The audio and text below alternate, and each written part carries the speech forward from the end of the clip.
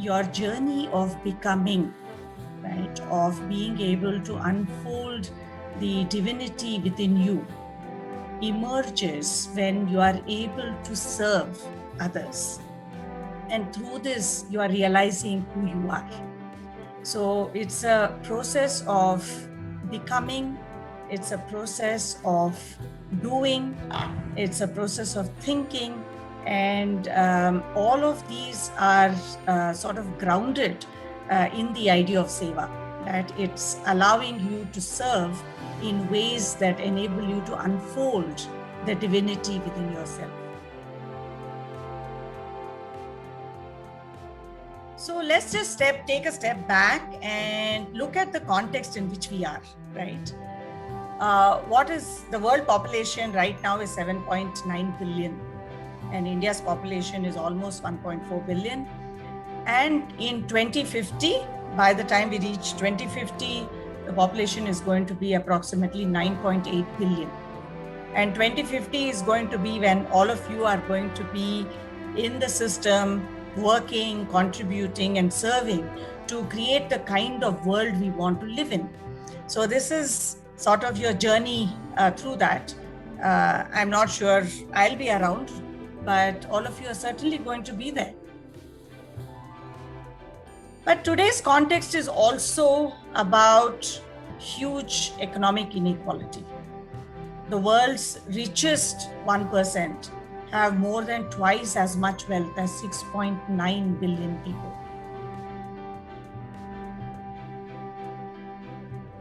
When we worked with Teach for India classrooms around Delhi, we had around 100 classrooms. We worked with different fellows and made sure that the students were introduced to the idea of public speaking, debating, MUNs, etc. These were government school students who generally would not take part in soft skills. So it was a first time thing that we did with them, and the results were immense. The students that we taught are still with us today. So believe it or not, my first student was a class 4 child in 2014. She has been with us till now. This year she has come back in class 12. So the impact. And since it is preventable, so every effort should be made to prevent thalassemia major status. This is a story of a 30-year-old thalassemia patient. She has already received 840 units of blood and 16,800 injections of Desferal to take out extra iron from the body. She had already taken 72,000 hours of her life with the needle in her body and already spent 33,60,000 only for the injection. She could afford it because her parents are having CGHS facility. Otherwise, you can imagine even a higher middle class family cannot afford this one treatment. And we expect with the current treatment to cross her life by over 60 years. In that case, she will require another 1,000 units of blood, around 20,000 units of injection, and 1.2 lakh hours of needle in her body, and another 40 lakh rupees for her treatment. You can imagine the trauma of the patient and the family they have to bear. So we at Thalassemia Welfare Society, it was formed in 1991 with patients, parents, well-wishers, and the doctors. But when the child is diagnosed as thalassemia major, their families shattered, they are depressed. So at that time, they need psychological support, which is our primary concern. They don't have anything education regarding thalassemia because even doctor doesn't know about it. So, as you might know, Dr. Kiran Bedi founded Navjyoti India Foundation in 1987.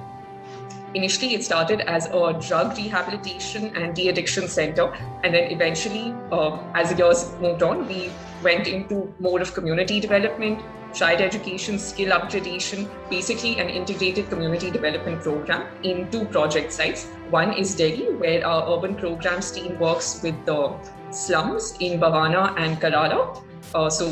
Children from underprivileged communities, as well as women and men and youth as well. And in the rural programs, which is the second project site, works in, I think, almost 100 now rural and semi-urban areas in Gurugram, Haryana, mostly centered around Sona block. I don't know how familiar you are with Gurgaon, but mostly centered in Sona block, Gurugram. But we covered almost, I think, over 100 villages now. Let's go ahead and the next one. most of you will be, just a second, yeah. So the projects we're offering you this time will be related to Project Unnati, which is one of our main projects at rural programs. Again, this was started in 1987.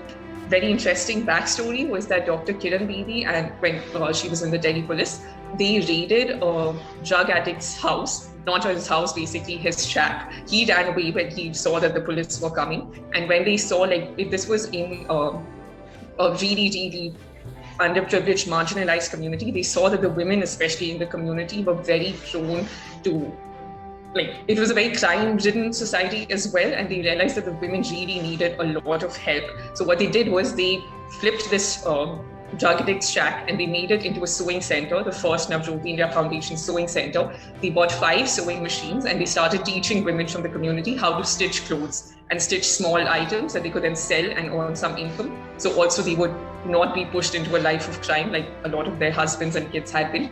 Since 1987 now, we've expanded to include over 1,300 women, also adolescent girls. We have some girls under 18 as well who work with us, and we teach into villages that are, we actually set up courses for advanced and basic stitching courses in the villages itself, so the women don't have to travel anywhere.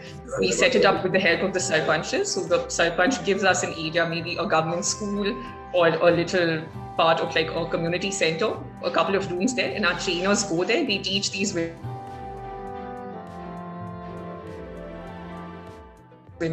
basic and advanced stitching courses on their skills to a certain level. We actually help them design, produce, and sell handicrafts. So if you want to go, you can go check out www.unnaticraft.com. That's our e-commerce website.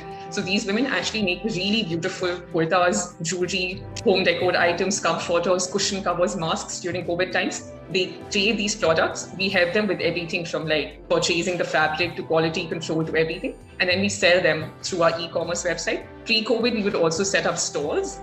We would have stores set up in corporate offices, say around Diwali, around Christmas time, and we'd also sell them offline. But right now, everything's online, so we've been selling them through our e-commerce platform. And all of the money goes to these women, and it helps them become self-reliant and economically independent, which is just so very important, especially because this is a patriarchal society in the really rural interiors of Haryana. And along with their stitching courses, we also impart financial and digital literacy trainings. So one of the projects that we have is developing entrepreneur modules. So let's say any Shalini who comes from that background, economically weaker section, and she wants to start her own business. So she doesn't have an idea how she can, start her business. So they should be able to, strategize how one coming from that section of society can have an independent business of her own.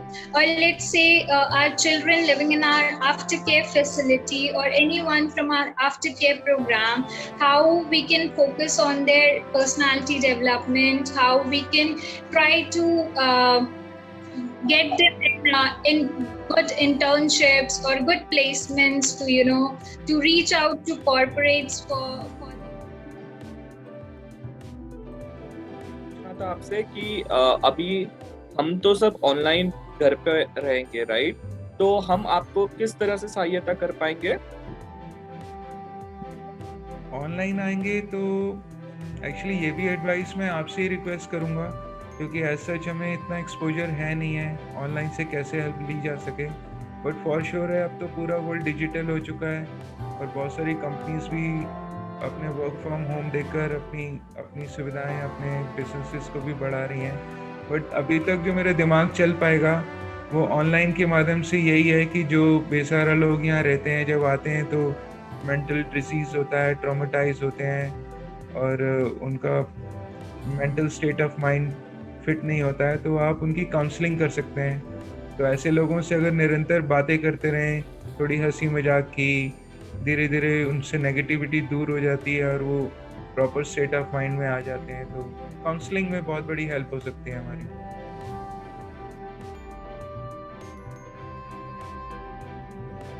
आप लोग एक shopping complex में गए हैं and you're on the second floor of that shopping complex and your ankle gets sprained very badly. You realize that there is no lift or elevator in the complex, and you have to climb down 2 floors. How will it make you feel? कोई भी बता सकता है. If we can have Painful. a few responses from the volunteers. Painful, ma'am.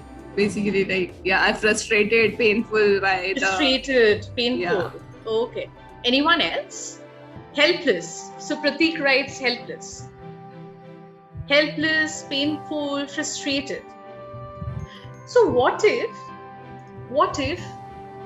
so you have a sprained ankle and there's nothing that you're able to do about that. What if, there is somebody to help you, or there is a ramp and a wheelchair so that you can come down easily? How will that particular change in the environment impact you? My emotion will change to me.